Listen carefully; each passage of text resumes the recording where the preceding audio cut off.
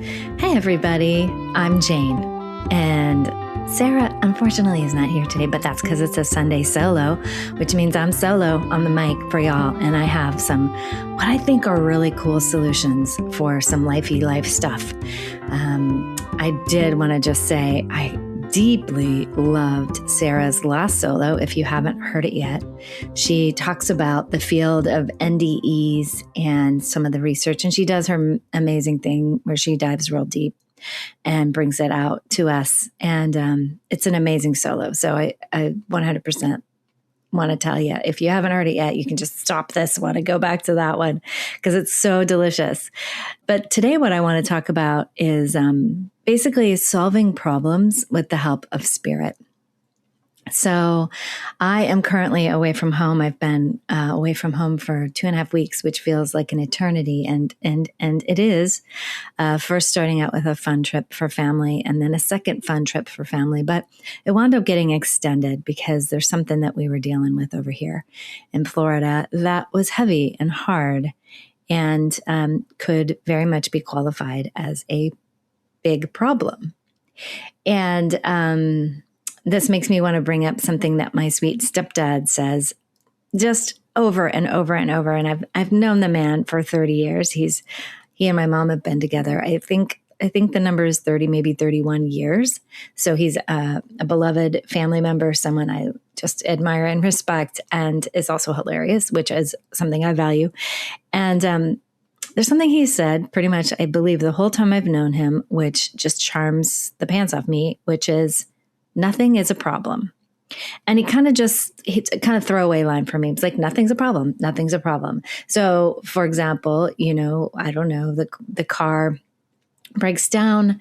He's whistling and saying nothing's a problem because in his mind, there's a solution and it's coming soon. And my stepdad is, he's in the Catholic faith and has had a very long and I think wonderful relationship with some version of God that, perhaps it aligns with that faith and then maybe stepped outside of that in more recent years. But in any case, he's certainly a man who believes in a higher power. But he also, has had enough experience on this earth where he just decided that the best way to handle a situation that feels a little bit baffling is to tell it that it's not a problem. And that's how he would do it. It's essentially a mantra. Nothing's a problem. Nothing's a problem. So I recently shared a Substack where I described this event where I went skiing for the first time in 30 years, coincidentally. And I was scared. I was super scared because snow with skis is fast, even if you're just on the bunny hill. And there were just times that felt really out of control. And I heard myself saying that exact line, even without, making the choice, just nothing's a problem. Nothing's a problem. I kind of kept attending to that thought as, things really did feel like they could be a problem. So anyway, that's kind of the first thing I wanted to bring to you is this way that we talk to ourselves and the way that we engage with the everything determines essentially the flavor and the shape and the kind of like timbre of our lives. So if you're a person or you are around people who sort of perceive everything as a problem, it can get a little bit exhausting. But the good news is we have the power to just change our minds and change the way we attend to problems. So going back to the kind of problem that I'm here dealing with, I won't go into what it is per se, but I will say it was feeling overwhelming and it was feeling like something I certainly had no control over, which is often the case in this life, right? Like how much control do we have over much? Not much. But what I did do, which I think provided kind of an amazing week, is I put in a spiritual container around the problem. Now, I go really deep with spiritual containers in my cohorts, which, by the way, I have another one starting up soon this summer. But I won't say too much here other than to say the basic premise of a spiritual container is it's a place that you invite help in just a more elaborate way. So he would, I'm sure y'all do this already. You sort of say to the everything or to your ancestors or to your higher power, you'd say like, I need help. Oh my gosh, that's amazing. Just as I said that, this beautiful monarch butterfly just popped into view. Oh my gosh, how cool. So the field of help is something that we have to call in. As I understand it, we have to call it in. Like, we humans on Earth have the right of way. Sarah and I have been talking about this a lot lately, and I love this concept. Like, as humans, we have been gifted the opportunity to be this massive spirit in a tiny body on this dimension in this Earth, and we have, like, sort of all the spiritual beings that attend to us or with us understand this is a tall order. This is a big task. It can be super challenging and very much full of problems. So when we call for help, we get it. And there have been so many amazing stories of like people calling for help, and heading into an accident and like the car righting itself. In fact, my sweet cousin who I'm staying with, God bless her, I've been here for 2 weeks. Like, how many gift baskets do I owe her, right? She was telling me this amazing story from her childhood where they were spinning and headed for an accident. And then she saw this huge bright light appear. And then this was just a situation where the driver had fallen asleep. And like, she saw this huge bright light that appeared and like turned the car and righted the car and parked it in the driveway. Oh my gosh, do y'all have chills? I have so many chills telling this story. Oh my gosh. So anyway, these are the types of things that we can experience. And these, of course, are miracles.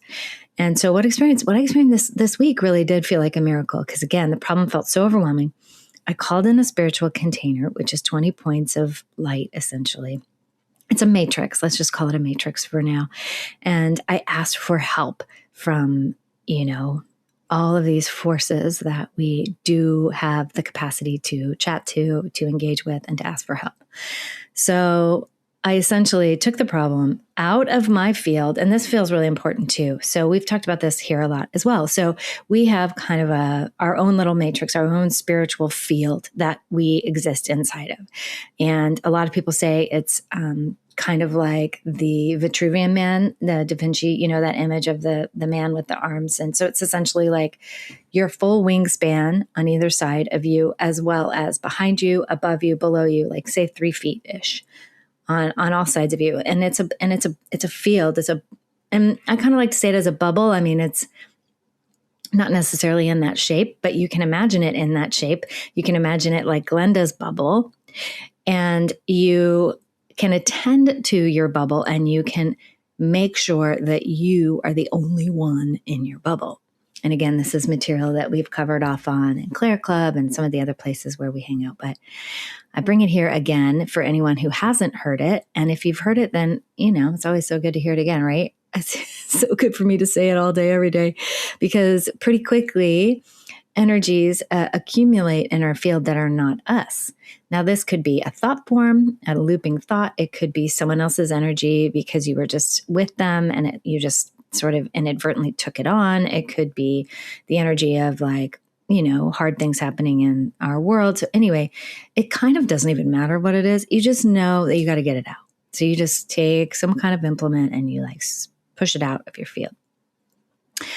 And so that is the first thing I did, is I made sure that the problem wasn't in my field. And then I could kind of like imagine the problem outside of my field. Like I almost saw it like a little ball of light in the room. And then I put this container around that just to say, help me and keep it out of my field.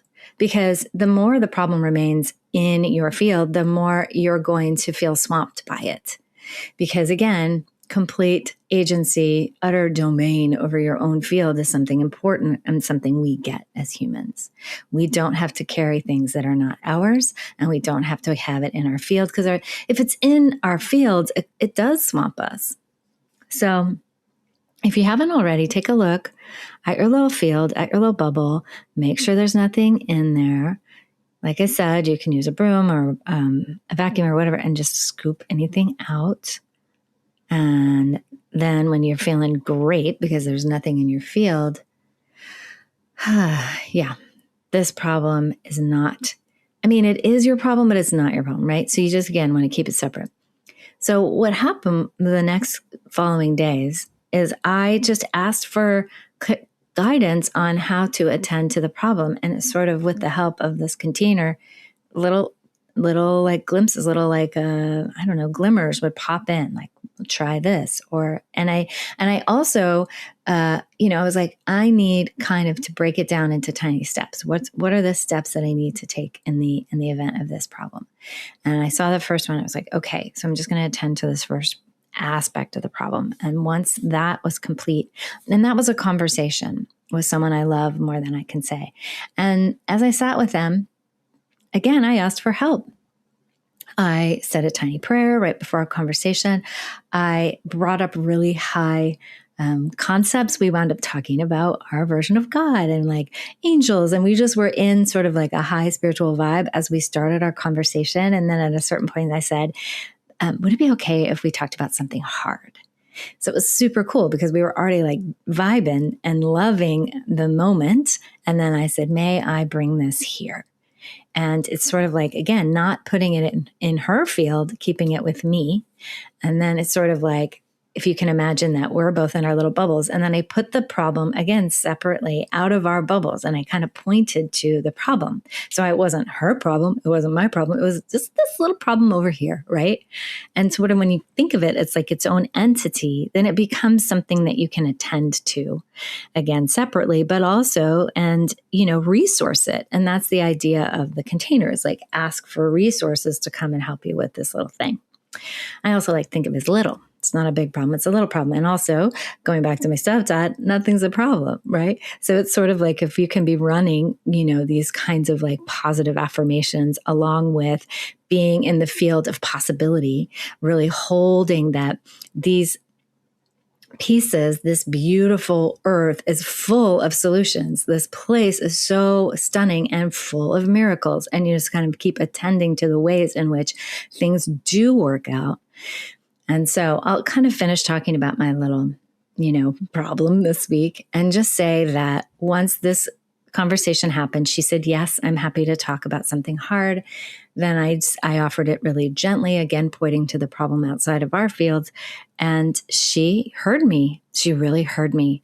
And it was gorgeous because she became a collaborator with me on solving the problem. And then, we had this lighthearted feeling of like, okay, well, clearly this is something we've got to work with, but it's not swamping her. It's not swamping me. No one's blaming anybody. You know what I mean? It was just like such a sweet, sweet moment. I'll also add, we were outside.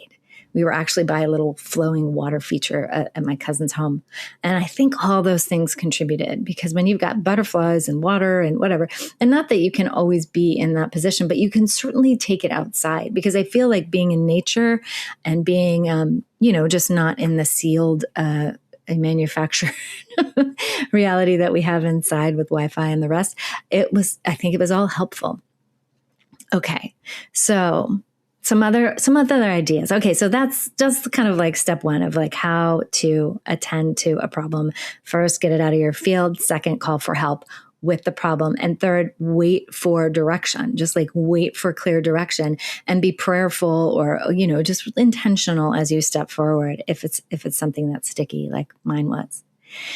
So another idea, and this of course maps to what we just shared out last week with the amazing Linda Howe.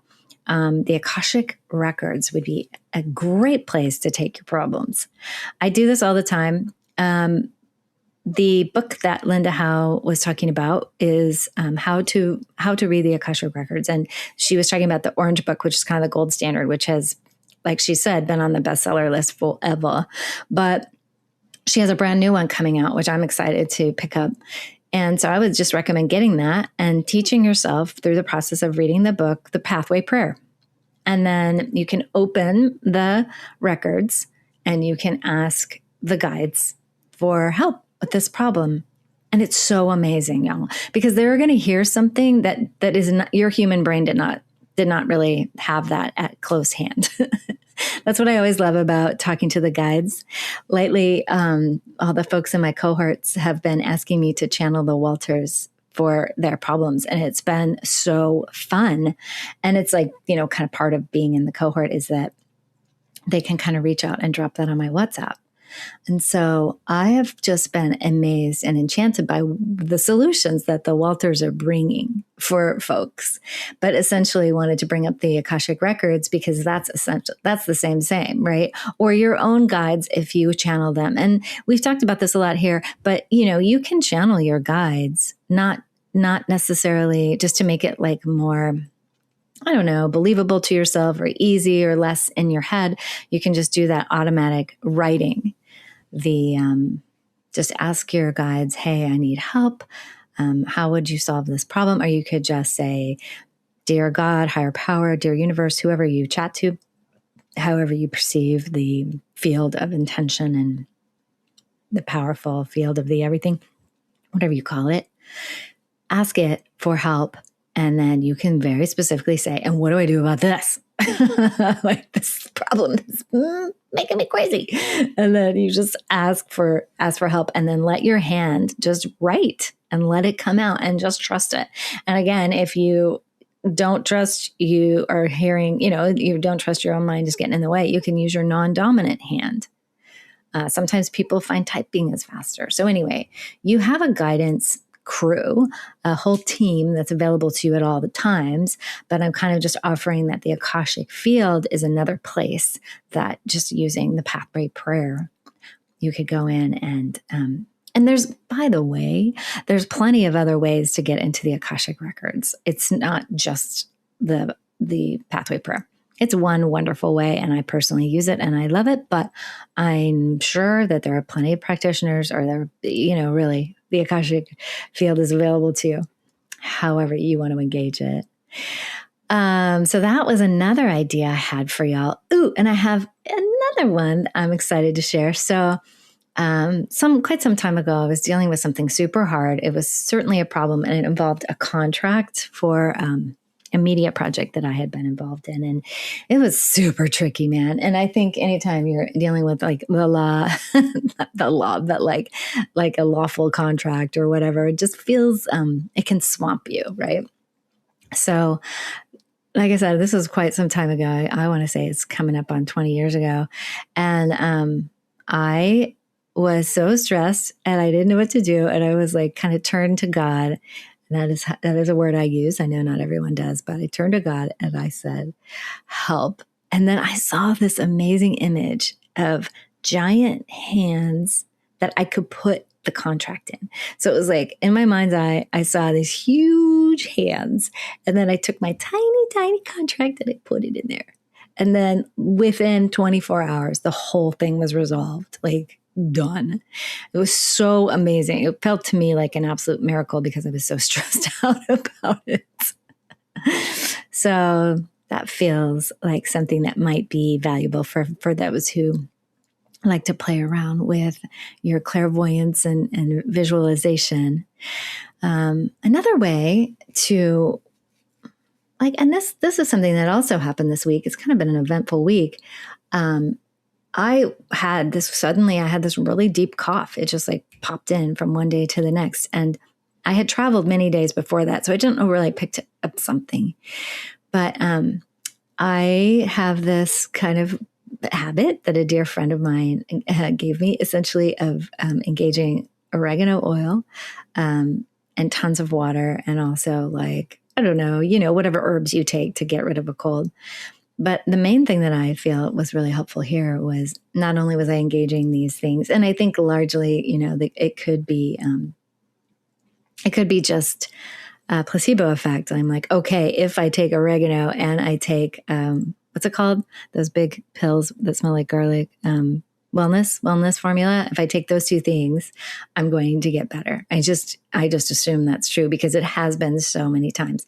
But this was like suddenly there and it was deep and it was like in my chest. And I was like, what the heck is going on with this cough? So I did this. I basically asked for help. And I've done this a couple times now. It's been a couple years now that I've been working this way, where I imagine this really, really beautiful fuchsia color that's like way up high. And I don't know exactly how to explain it, but like I can see it in my mind's eye. It's like way up above my head. And I'm like pulling my energy up to that color. It could be the field of love. I'm not sure exactly what the concept is at that space, but I'm bringing my whole system up out of the into this like gorgeous color, the color fuchsia. It's like pink, this like bright pink, or you know what I mean? It's fuchsia. So I did this over and over again, and I noticed that I could not maintain it, that my mind would wander. So I started holding it and counting in my mind. So I literally had to start over, no doubt, a half a dozen times just to get to 50. But I was like holding this color in my mind, and I was counting to 50. And don't you know, by later that night, it was gone. The whole cough was gone. Whatever was coming on did not come on. I'd had, quite a bit of oregano in my water, but gone. So anyway, I don't know. This just feels exciting to me, right? Like, yeah, we have these problems. We have these human bodies. They have situations, but with the intention and the engagement and the like really two things, like asking for help and sort of actually in a reading yesterday, it was really cool. This grandmother was coming in and she said, you don't ask for help, you require it. And we were both like, whoa, we require help. I was like, okay, I'm going to require some help here. But that was like kind of my mindset with that cold. I was like, nobody has time for a cold. I have elderly parents. No, the cold it's just not something we're going to do this week. And again, with the help of, perhaps the herbs were powerful. Actually, I think this week I didn't even have the wellness formula on board. It was just the oregano, but it was like really holding and focusing and holding that healing color for myself. Imagine it could be very different from you. It might not be fuchsia. It might be bright yellow. It might be whatever. But if you can kind of just ask your system, what do I need? And then like feel into that and hold that tone. It was, for me, it's also a tone. It's like the color itself, it's a tone. I know it's like way above my head and I have to like hold it. And then, gosh, it does feel like a miracle. Because you know how when a cold's coming on and you're like, oh no, it's past the point where I can catch it. It felt like that, but magically, I'm sitting before you with a voice and I did not have to cough all week. So the other thing I wanted to offer, and then we're going to pretty well close in a sec, but, a bunch of us in the cohorts are working, we're all reading The Power of Intention by Wayne Dyer, which I've brought up many times by now. So I just kind of wanted to offer that one again. Like there's this way that we can relax and allow ourselves to be carried by the force. So this force of intention, and I'm kind of semi-quoting from his book, that the force that turns acorns into trees. So you think about that, this little tiny acorn is going to become this magnificent, massive oak tree. What the heck? So talk about a little pocket of intention, this little powerhouse of intention, this little acorn. So what are the seeds that we're planting? And what is the way that we're engaging this place? And if we can kind of like run with Papa Lenny, that's my stepdad. If we can run with the Papa Lenny, nothing is a problem, and to be fair, there's a lot of times where there are real problems, and I'm not going to, and I'm clearly, I'm not spiritual bypassing here, y'all. And I know y'all know that about me, but it's really just, it's just in the main effort here is to not let ourselves get swamped. Not let ourselves get swamped. So I'll say the usual stuff, nature. Also this idea of pushing it out of your field that we talked about earlier, this massive requirement. How did she say it? Require help from your people. In this case, it was an ancestor, but it could be your guides. It could be angels. It could be whatever force lifted my cousin's car when she was a little girl and saved her life. Like whatever that is, it's here. It's here, and it's fun. It's for us to engage with that and get the help we need for these little human problems and the big human problems. So if you ever feel swamped, check your field, ask for help, and ask for all of that help to fix this problem. I'm still doing my 6 p.m. pray for the nation bit that I've been sharing with y'all. So there are big problems, but I also believe there's a big, beautiful force that, is bursting with sunflowers in this yard and butterflies that are flying around and a magnolia tree that is blooming, which allows me to believe that not only is there hope, I can feel optimistic, I can feel joyful, and I can really believe that this place is full of magic and it's waiting for us to engage with it. All right, my sweet peas, I hope that felt helpful. Let me know what problems you're able to solve with some of these little skills that I offered here, or ideas mostly. And let me know if I can help. And thank you for running on over to your podcast player and rating us 5 stars. 5 stars and saying nice things if you believe them, obviously, but it means the world. And the more engagement we get, the more others will find us. And of course, tell your friends if you're finding this helpful and if you're finding this a good place to hang out in your ears. Oh my gosh, we love y'all so much. And just know that if you need us, we're here.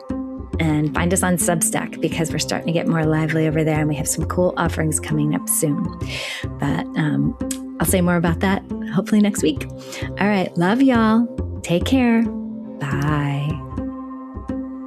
Very Soul is our sponsor for Medium Curious. Jane and I are both Very Soul mediums. Oh, yes, we are. Verysoul.com, y'all. Inspired by spirit, guided by love, and brought to life by mediums.